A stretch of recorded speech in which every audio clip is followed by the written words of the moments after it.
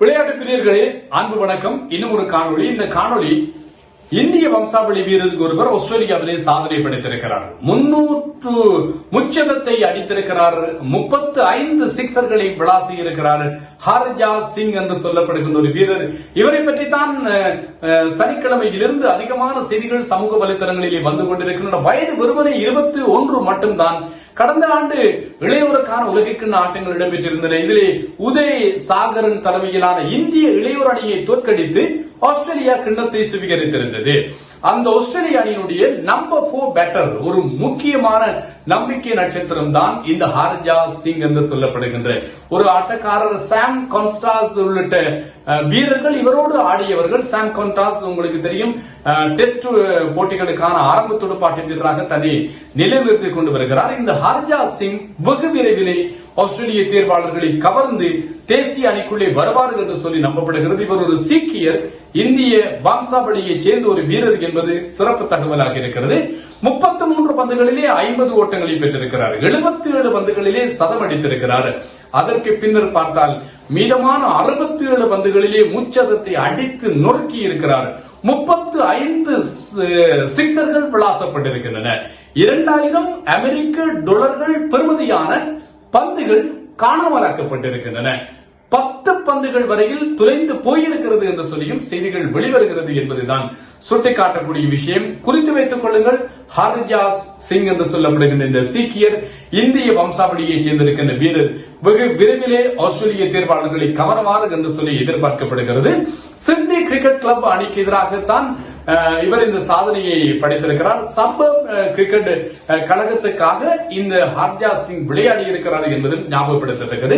இது ஒரு மட்டுப்படுத்தப்பட்ட கிரிக்கெட் போட்டி, லிமிடெட் ஓவர் கிரிக்கெட் ஆகி இருந்தாலும் கூட ஆஸ்திரேலியாவிலே லிஸ்ட் ஏ என்று சொல்லப்படுகின்ற அந்தஸ்து வழங்கப்படாத ஒரு போட்டியாகத்தான் பார்க்கப்படுகிறது. எது எவ்வாறாயினும் ஒரு போட்டியிலே 35 சிக்ஸர்களை விளாசுவது என்பது சர்வசாதாரணமான விடயம் கிடையாது. அந்த அணி சம்பவ் என்று சொல்லப்படுகின்ற இவர் விளையாடி இருக்கின்ற அணியில் 37க்கும் அதிகமான ஓட்டங்களை யாருமே குவிக்கவில்லை என்பதும் இன்னும் ஒரு சிறப்பு தகவல். 438 ஓட்டங்களை குவித்தார்கள். 191 ஓட்டங்கள் வித்தியாசத்திலே இந்த அணி வெற்றி பெற்றிருக்கிறது என்பதும் சுட்டிக்காட்டக்கூடிய ஒரு விஷயம். ஹர்ஜாஸ் சிங் இளையோர் உலகிற்கான ஆட்டங்களிலும் கூட ஆஸ்திரேலியாவுக்காக கடந்த முறை ஆடிய போது இவர்தான் அதிகமான ஓட்டங்களை குவித்த வீரராகவும் இருந்தார்.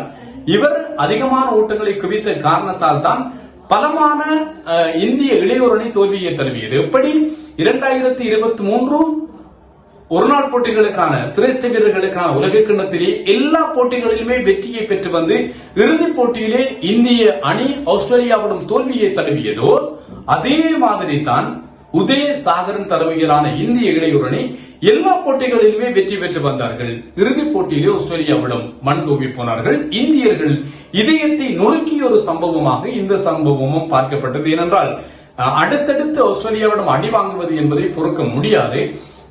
சஃப்ராஸ் கானினுடைய சகோதரர் முஷீர் கான் உள்ளிட்ட பல நட்சத்திர வீரர்கள் அந்த அணியிலே இடம் பிடித்து விளையாடி இருந்தார்கள். ஆரம்பம் தொட்டு எந்த ஒரு ஆட்டங்களிலும் இந்திய இளையோர் அணி தோல்வியை தழுவவில்லை, டொமினேட் செய்து கொண்டிருந்தார்கள் தொடரிலே. ஆனால் இந்த ஹர்ஜாஸ் சிங் அரைச்சதம் அடிக்க மிகச் சிறப்பான ஒரு வெற்றியை ஆஸ்திரேலிய இளையோர் அணி பெற்றுக் கொண்டிருந்ததை ஞாபகப்படுத்தத்தக்கது. இந்த முச்சதம் அடித்திருக்கின்ற இந்த ஹர்ஜாஸ் சிங்குக்கு இப்போது வயது 21 என்பதும் சுட்டிக்காட்டக்கூடிய விஷயம். ஆகவே எதிர்காலத்திலே ஆஸ்திரேலிய தேசிய அணியை பிரதிநிதித்துவப்படுத்துவதற்கான வாய்ப்புகள் இந்த ஹர்ஜாஸ் சிங்கிற்கு இருக்கும் என்று சொல்லியும் எதிர்பார்க்கப்படுகிறது. இந்த காணொளி பிடித்திருந்தால் உங்களுடைய நண்பர்களோடு பகிர்ந்து கொள்ளுங்கள். மறக்காமல் சப்ஸ்கிரைப் செய்யுங்கள். தொடர்ச்சியாக உங்கள் ஆதரவை வழங்குங்கள். நாம் தில்லியம்பலம் தரணிதரன் இன்னும் ஒரு காணொளியில் சந்திப்போம்.